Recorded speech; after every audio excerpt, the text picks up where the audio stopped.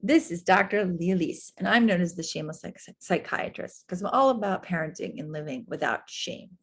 Today, I'm talking to Dr. Clarice Kestenbaum, my former supervisor when I was just a wee bop in medical school. She's changed my life. She is the Yoda of child psychiatry.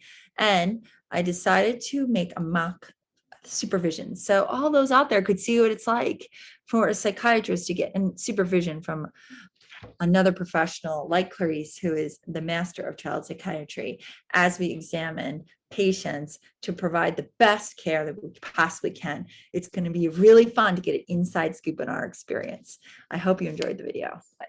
This is Dr. Kestenbaum, and we're going to start now. And I'm Dr. DeFrantisi, Lea, and Clarice. And the point of this was because I've known her for forever when I was just a med student. And she's such an inspiration to me as a supervisor on my cases, in my work as a doctor. And I thought, oh, wouldn't it be fun for my audience to see what we do, how we look, how we think about cases, how we do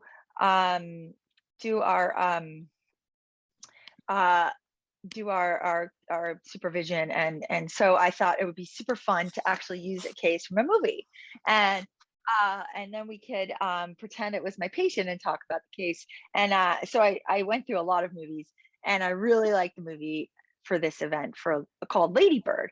I know probably a lot of you guys have seen it, but I'm going to pretend that Ladybird, or Christine, who is a 17-year-old female, is my patient, and we're going to talk about her as if she were my patient. So everyone in my audience who watches this video now or in the future could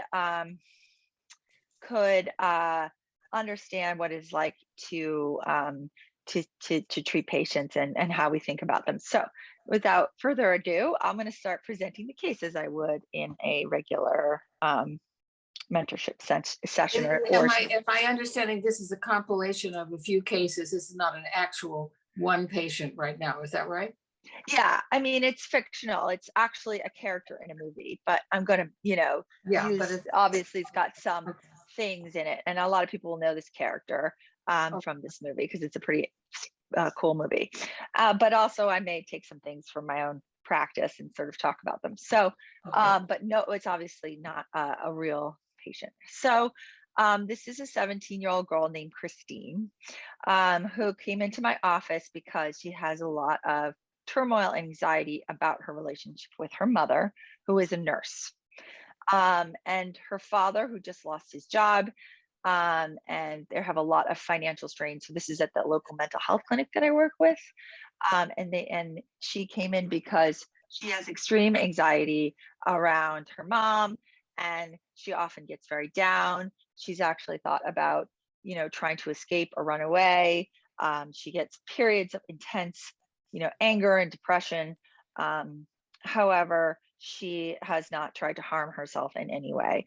And what happened is that Christine has decided to call herself Ladybird after a character that she likes. And she won't allow anyone to call her by Christine anymore, including everyone at school and her mom. And this has caused a huge rift between her and her mother, who doesn't really understand why she wants to be called Ladybird and is very rejecting of it. Her mother is very harsh and punitive. Christine, or Ladybird, I'll call her Ladybird because that's what she calls herself. Ladybird wants to go to college out of town, but her mother, her mother, Julia, feels that Ladybird should not go to college out of town because they can't afford it. That she wants to go to like a NYU or a better college than just a community college. But her mother thinks that we can't afford it. She's a nurse, and that Ladybird needs to just focus and stay local to get her education. And often we'll put Ladybird down, saying things like, "You're not really smart enough. We can't afford it. I'm not going to help you with your applications." And Ladybird is also struggling with the fact that she really wants to find a boyfriend, and she tried out for the play, and she fell in love with the co-leader of the play, and he kissed her and told her that he didn't want to touch her breasts, and then she found out, and then she saw him kissing a boy in the recreation room. So she was like really devastated by this and thinks, well, the one guy I'm interested in turns out to like, other boys rather than me, and what's wrong with me. And so she's very perplexed about what to do about it. So then she found another boy who was her age, and he said she was a virgin and that they were going to have sex, and they had sex together. And then immediately after, he said to her, actually, I have had sex before, and I only said that because I wanted you to sleep with me. And she said it was totally unfulfilling, and she was devastated. So that's what's going on with Ladybird, or Christine. And I feel like I have to help her figure out how to develop her romantic relationships in a healthier way, build her self-esteem, but also work with the mom, because the mom does not want to let her go, or mom does not want to support her in her journey to become, to go to a better college than just the community college that they're in, feeling that it's just going to be too much of a drain on their income. But she's devastated by this and still wants to apply to see if she can get scholarships, but her mom is very against it. So I'm trying to navigate how to help her talk to her mom about it. So that sets the stage. So what do you have any thoughts about any of that so far? Many, many thoughts. Mm-hmm. The first thing we need to know is about Christine's life as an infant, as a child. We need to know about the mother, the father, and the grandparents, where mm-hmm. they came from. And one of the first things we need to know is very, very simple questions that one can get from the pediatrician or from the preschool, if there was a mm-hmm. preschool. There's records that exist, and it would be very important, even though usually I see somebody in the late teens by themselves mm-hmm. first. Nowadays, we don't have the luxury of seeing the child and the adolescent and then 10 sessions with the parents and then the mm-hmm. records. We have American Academy of Child Psychiatry says you must have 3 sessions. And if there's at least, 3, and if it's a managed care setting or a clinic setting, you're not going to have the luxury. So I would say when you get a case like this, every case, whatever material is there, even though you may not want this in your private practice when you have luxury of months to work, no, you have maybe 3 sessions. So you would need to get, and I'll ask you the first things. First, is there a genetic history of any illness in the family? Now that can be a physical illness, like an epilepsy, a mental illness, or just learning disability, or somebody with profound whatever, depression, anxiety, or sometimes alcohol problem, drug problem. But you want to know, is that just almost a yes or a no? Because you're not going to get the truth anyway. But you're going to get, like the mother will tell about the father's family and the father will tell about the mother's family. But you do want to know if there's genetic history, because that's very, very important in terms of adding to the picture. When we want to get to a diagnosis, we want to know how to treat this girl, but we need to know many things that go into this pot. So the first one is genetic. Now, do you happen to know if Christine or Ladybird has a family history of any kind that you would just put on a checklist, anything? Yeah, yes, I do know that her father suffers from depression and has had a hard time keeping down a job. I know that what else do I know about Ladybird? They're very Catholic. And so there's a lot of internalized Catholic shame and guilt around sexuality. When she brought up that she wanted to have sex, her mom really shut down. So there's a lot of family dynamics where they're not really allowed to talk about anything intimate. And she's really I know some of her academic history, she's a very bright girl. She always got good grades, right? But she had always, her mom thinks because I've met with mom, her mom thinks she has a flair for the dramatic. So, she'll make things up to get attention. She has a best friend, and her best friend is kind of overweight, also, in the same, struggling financially, but they can be very jealous of one another. So, if one is, does better. So Ladybird says she wants to move away from this new friend, but that friend has been a huge support. So I'm not sure that's a great idea. That's the stuff I do know. As far as genetic history, just the father of depression, that's all I was told about. Okay, well, you've told me a great deal, because we know many things, and we also know what she is not. For example, the girl is not intellectually deficient in any way. She's a smart girl and get good grades. Very important. We want to know, we do know that the mother is very negative and sees her in a negative way and doesn't build up any feeling of self-esteem. So we want to know, was this because of the mother's own mother? Now, this is a girl, is she an attractive girl, a pretty girl? Appearances do count in terms of her first impression. She's super awkward. She's an awkward child. She's an awkward teenager, and got very goofy and says kind of awkward things, almost like too earnest and too like, she's tries so hard to fit in and be cool that she's not. This is where some of the early life, it becomes very important. And you want to know, if the mother doesn't tell you, the pediatrician, or some pediatrician has the notes. Did she develop normally in terms of walking, talking, age appropriate, that kind of thing? Do you happen to know, was that? That was all normal. Yeah, that was all normal. And I forgot to ask, are there brothers and sisters? No. She's an only child. Okay, so we know that there's a family history of depression. We know that the mother is very negative, which we're not sure why. That would be important for the mother's history to know why. We want to know, did she attach to this child? Did she want the baby? Or was it one that she just was thrust upon her and she didn't really want it at that time in her life? Do you happen to know how? I do know a couple of things, which is that Ladybird feels like her mother is very harsh, both to her and her father. She thinks like Ladybird's mother thinks the father is kind of useless. He can't keep down a job.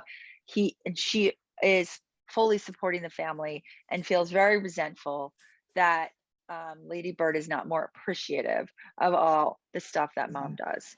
And she can be very harsh and demeaning to Ladybird, the same things like, know how did she go?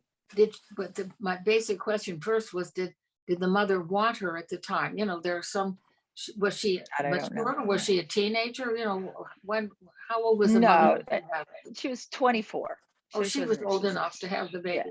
Yeah. But you don't know her feelings about the baby. That's why it's really very important, if you can get the information, if one that can. Did she say, I couldn't stand to take care of the baby? Did she ever have pets that she knew how to take care of her? Because she's going to do the diapering and take care of the baby, and she has a negative feeling about it. That's very different from somebody who was the oldest child of 5 and took care of everybody, or was a great babysitter, or had pets that she loved and took care of. So these are simple questions, but they have to do with sort of the early life. It sounds to me that there wasn't a very good attachment. Why do I say it? Because she goes from this boy to that boy to the girlfriend. There's something about feeling that somehow she couldn't attach, that her self-esteem was not good, or that nobody would care. But there's something we already know, a basic problem. And she's desperate for her mother's approval. She feels like she can't get it, to the point where she's afraid to even tell her mom that she put in applications to go to NYU because her mother gets so upset because she wants her to go to community college. She's kind of afraid of her mother, in a lot of ways, but she's just desperate for her mother's attention. And yes, she's a lot of trouble. Very, very sad, because another mother in another family would be thrilled. How many parents do we see, inner city children with parents who barely speak the language, but they're so proud when the child wins a spelling bee or when gets an award, but from whatever, whether it's a sport award or the theater award or getting a wonderful grade and a comment from the teacher. They're so proud and happy, and they would want their child to have the very, very best education. We do not see that with this mother. And so this makes, what are we trying to do? We're trying to think what would help the girl, but also what kind of treatment she needs. And she certainly needs a treatment where she could understand something of her family dynamics, because for some reason, the mother didn't feel she could achieve, and she's sort of jealous of the girl's accomplishments and wants to keep her down. And the father has had many problems with depression, keeping a job, etc. Do you happen to know if the girl has feelings of love for either parent? I mean, really love her and not fear, you know? She's much better attached to her father. She feels her father's more supportive, but she also is a little upset with him for not being able to provide more for the family, because it's such a bone of contention for the mom who is the sole primary breadwinner.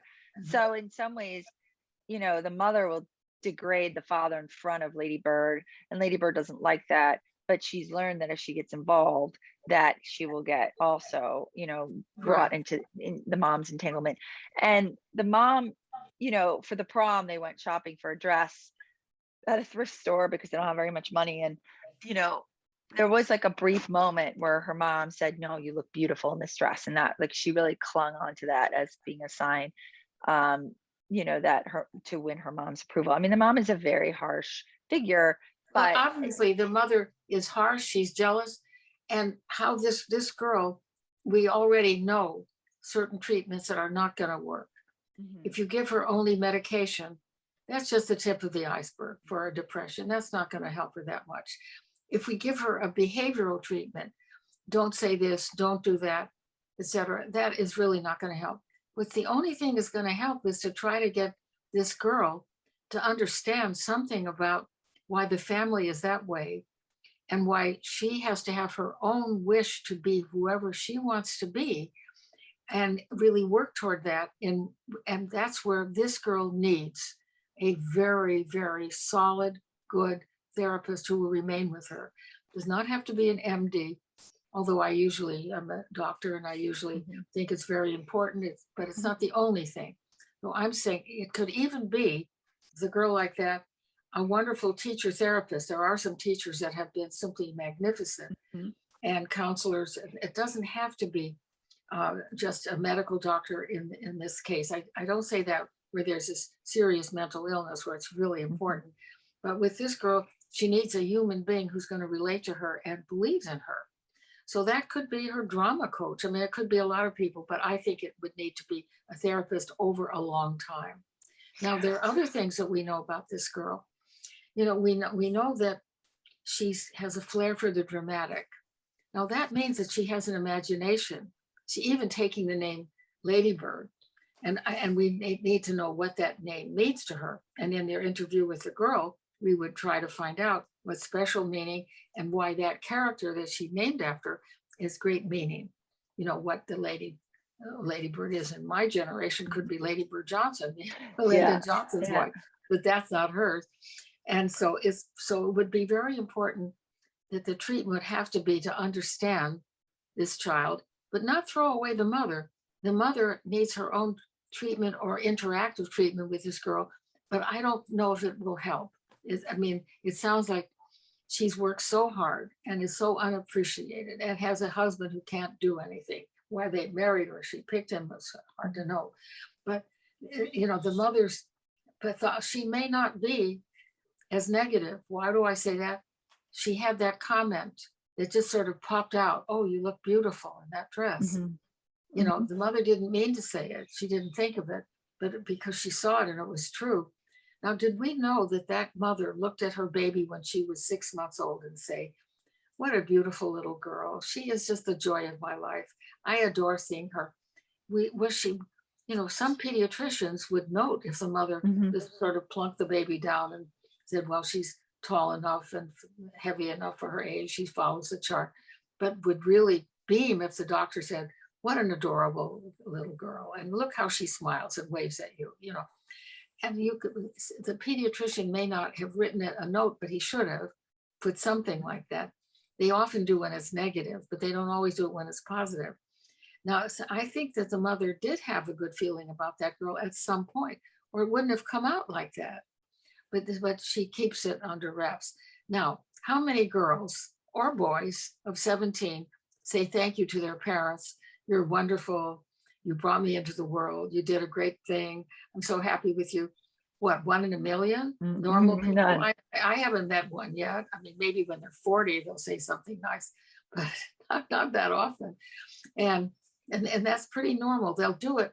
The girl will do it when she has her own child and says, gee, mom, it was so hard. I don't know how you put up with the night, the crying and the feeding and all that. Yeah. The boy may, but it's unusual. So the mother's expectations are not normal.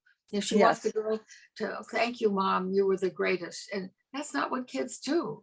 Yeah. Unless they're faking it, to get something. But we know the girl it has a dramatic flair, which could mean, that she's very talented. It isn't only, I want to get negative attention. She's exhibitionistic, wants an audience, wants to get attention. Doesn't mean it has to be negative,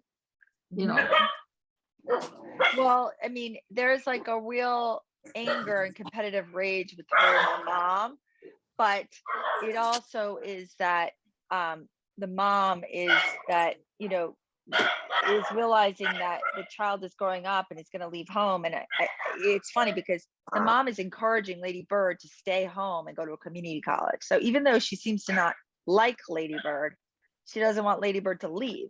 So she's placed her in this trap, Well, that's why it's very important for this girl, along with having the consultation with you or the therapy with you, whatever in the clinic. It's very important for her to be able to meet with the school consultant for college, the school advisor. The mother isn't going to do it. And a lot of mothers can't do it. They've only gone to the 8th grade or they don't speak the language. But every school has somebody. And if this girl has anybody on her side, that you need to find out, was there a math teacher who liked her? An English teacher who liked her? I agree. Who would write a letter for her to the who would go with her to the counselor and say, listen, this girl really needs to go to a really great place. Can you help her find her way? The school should do this, and a good school, even a public school with 1 million people, when there's a girl who's talented, there's somebody, or if the therapist would call and say, I've got this great girl. She's not only not a problem, I need your help. And let them know that somebody at the school psychologist or whatever, she really is doing so much better and her family doesn't understand. But you, Miss Counselor, smart person, et cetera, you will understand and you will help her to find the avenue. And that would mean, what about student loan? What about scholarships? What about financial aid? What about finding out all those things that she probably could qualify? Now, question, did she take the ACTs or the SATs? Did she take those exams? Nowadays, SATs and did well and could really go to a decent college. She really does not belong in a community college like her mom. So why? So the school will recognize that, and that's where the help of the therapist to help the school find the appropriate person to put her in touch with, a few colleges, maybe an interview, but with the financial aid package where the parents would simply say, we can't afford it, and they can't. But because she should go to the best school that she can get into where she's going to get the most. Now, we don't know. She's only 17. So we haven't even talked about the intimate relationships or anything like that. I want to get to that because I think that's where I am really curious. Well, we're going to have to get to that.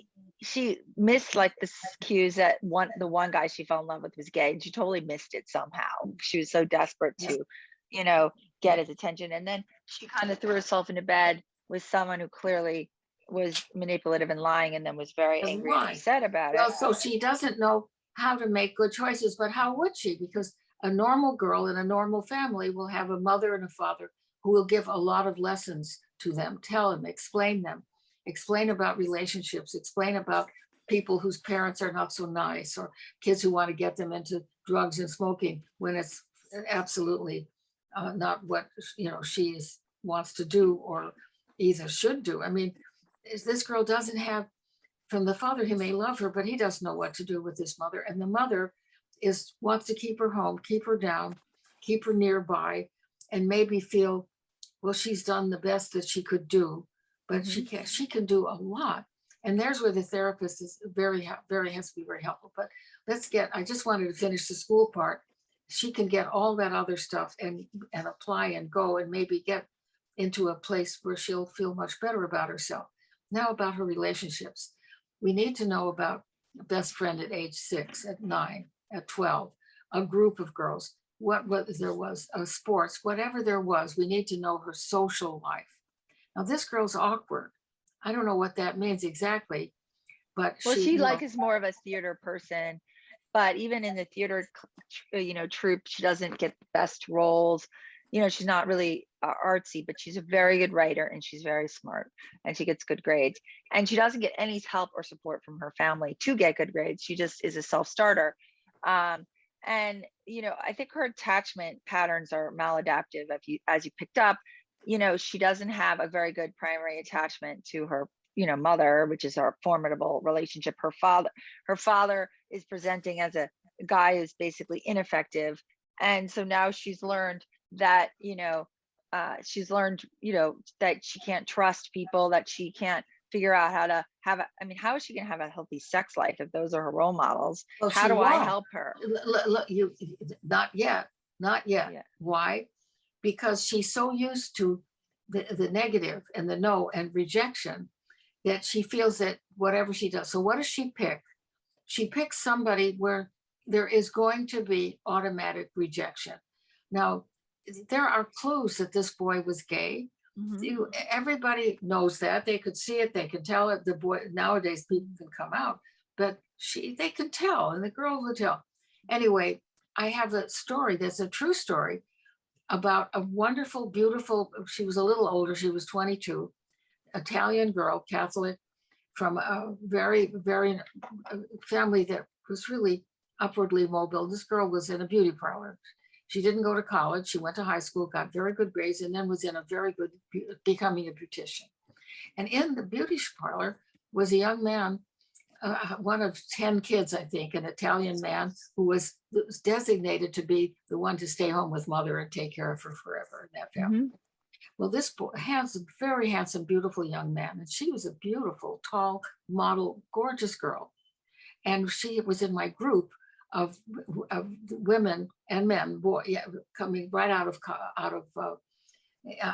the hospital. In those years, we could keep them for a long time. They did wonderfully. And I had a group when I was still just out of residency. So this girl, she fell in love with this boy, except he said one day, I love you. You're like my big friend, my best sister that I ever would have. But, I don't like girls. I'm gay.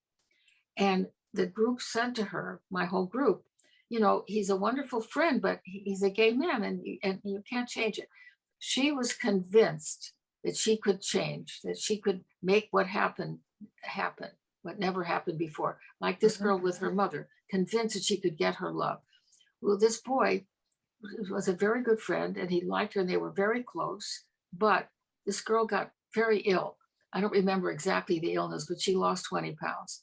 She couldn't eat. She had terrible infection. I don't remember exactly what it was, but she was very sick. And then she lost 20 pounds. She lost her breasts. She lost her tush. She looked absolutely like a boy. And then this young man fell in love with her. She looked just like a boy. Mm-hmm. And they had sex and it was very intimate and very happy. But then she got better. And the group kept telling her, look, he's a gay man. He loves you because you look like the body of a young man, but you're not going to be like that. You're going to be a normal girl, beautiful, feminine girl again. Well, she put back the way. She looked gorgeous. And he came to her one day and says, I'm sorry, I just can't look at those things in front, breasts. I just can't look at them. And you don't have a penis, so I'm sorry. It's just, it won't work. And she went into the most awful depression. And we were trying to tell her for months that you can't change something. You have to accept what you can't change. And she could not accept it. To try. Well, what finally happened, she left and fired the group and me, fired everybody. But I found out a couple of years later, she had her own studio. She was doing very well. She never married. The young man, I don't know what happened to him. I think they were just friends. She never would have the life that she wanted so desperately. to change what couldn't really, you have to know what you can change and what you can't. Now, maybe the relationship with this mother in time could change. It's possible, but she's going after things that are impossible. Picking a guy who's a sociopath, I mean, the second one who is manipulative and playing games and tricks. And so she said, well, I can't trust anybody. Well, she's picking people that you can't trust. And she'll go through life unless she has a very, very good understanding of this, the intimacy, this is where the therapist is terribly important to be able to. I have numerous examples of people who pick the wrong relationships, and then they say, you see, life is so hard. Like, I keep constantly getting abused, and they don't see that it's because they're broken and they have to fix themselves, and they have to fix how they, view behaviors and relationships, so that, these people, got divorced 1 time, 2 times, 3 times. You got to wonder then, like, maybe you're not meant to be married, or maybe you're picking the wrong person, or maybe she's picking the absolute wrong person, the repetition compulsion. That's what I talk about.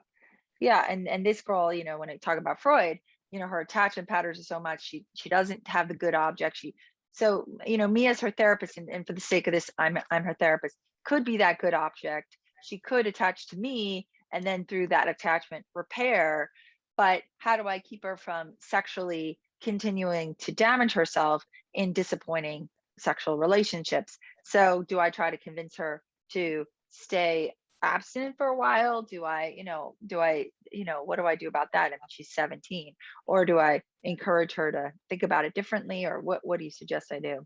Well, the way to do that, I think, is when you have to go by a real experience. Let's say second boy, and you say, you did this on impulse. You felt it would work out, but it didn't. What went wrong, do you think? And she said, well, I'm going to do it anyway. I'm going to see as many men. I'm going to have, my mother's against it. My church is against it. I'm going to have as much sex as I want. But the next time you say, tell me something. After that stranger that you had sex with in the park, how did you actually feel? Not during, which was excitement, and you probably felt, some sexual passion or feeling at the moment because she was chosen. And I said, how did you really feel? And if they have a good relationship with you, the therapist, she'll say, I just felt empty. I didn't feel so good. I wanted just to go home and take a shower. Didn't give me much happiness. So I said, well, think about that, because you have to know how you feel, not only at the moment of an intense, let's say, a sudden urge and an impulsive behavior, but what about 15 minutes later, or the next day, or when people talk about it or put it on the internet? In other words, the judgment about what you do. Think about what you do. You're only asking questions. You're not telling her what to do. You're asking her about her feelings, during at various moments. And usually she doesn't feel so good. It doesn't feel so. You say, well, when you told me about that boy, you took a walk, you held hands. He was very sweet. He was nice. That a boy like that, it sounds like you could get to know each other better, and then have sex and be intimate, but not like first date when they just can walk away. So this is how you can learn about somebody else. And if they say, I don't want to see you anymore if you won't sleep with me, it says, you don't want somebody like that. Who want you, that you could be a piece of ass for anybody, and who would want that? So you think about how you feel. And if you put it to them, not pejorative, you're not the mother, you're not harsh, you're not telling them, you're just asking them about the results before and after, and what might be a better way, and what seems to have worked, and say, remember, intimacy takes two people to try to be on the same wavelength. And sometimes you pick somebody who is way, way not on your wavelength, really might be a very handsome, cute guy on the football team, but he might get straight D's or F's in school. And maybe that's not what you would want, even though he looks good to go to the dance with, but maybe that's not the one for you. You're somebody with your SATs and your grades. Yeah. You have to think about it. So there are ways of posing the questions to her that are very important. And she will fall through the cracks. She will act out. She will, but she will learn from this. And what you want is when she goes to college to be able to handle herself more maturely, than now. And she will, Yeah. And I think that's a really great, discussion to have with a patient. And what do you do with this whole, like, what do you suggest with, I have so many patients in my practice who, like, they just say they don't want to get attached. They just want to have sex. They don't want to be tied down. And I always get very perplexed by that, because I'm always like, well, how do you have sex and not have feelings at all towards the person you're having sex with? Aren't you numbing yourself to the benefits of sex? And, at young ages, 16, 17, 18. And I'm always like, I don't know, why are you so afraid to fall in love or to have feelings? I don't think that's healthy. At your age to say, hey, I just want to have casual sex. I think it's important to figure out how intimacy really works. So what's your advice? Some of it is like, I want to be like the boys. The boys all do this. They screw around. They just say, it happens to be that boys and girls are different. And no matter what people say, whatever Me Too says, when a girl has sex, her first thought is, am I going to, even if she's protected, because nothing is 100%, say, am I going to get my period? Boy doesn't worry about her if she gets her period. He's not thinking about it. He's thinking of whatever it is he's doing, playing game, or football, school, whatever. If the period is a day late, she can't concentrate. She's worried. She's thinking about it. It has meaning. And then she checks, and then she sees she has her period. But what if it's delayed for a couple of weeks because of other things or excitement? It's in her mind, and it prevents her from really focusing on other things.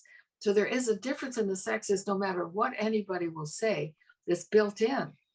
And that even if women don't want to hear this, it's pretty important for them to learn that experience for themselves. I can tell you about it because I've seen so many girls and so many women, but you sort of have to know that for yourself. It's not really, there is a difference, and you can't well, I'm going to write it like some girls have revenge and have written these books. They wrote a book, I forget who the authors were now, but they slept with as many men as they could, and then they wrote about them, how small their penises were, how bad they were, how impotent, how terrible, and then put it on the internet or published it. That, very cruel and mean thing to do. That doesn't make you intimate with anybody. That's a nasty revenge fantasy about, I'm going to get even because I'm not a boy, and I'm going to show that girls are. That is something that some women will do, but it does not bring any kind of a happiness or feeling for them in the long run. They might think it's funny. They might get some notoriety from it, but it's not going to really, in the end, it's not going to go well for them. It just isn't, Well, I think it's also a lot of cultural messages around boys will be boys, and, they can do this, they can have sex, and it doesn't matter. But with girls, it has to be, you could get pregnant, so it has to have this great meaning. But unfortunately, I find in my practice shifted now.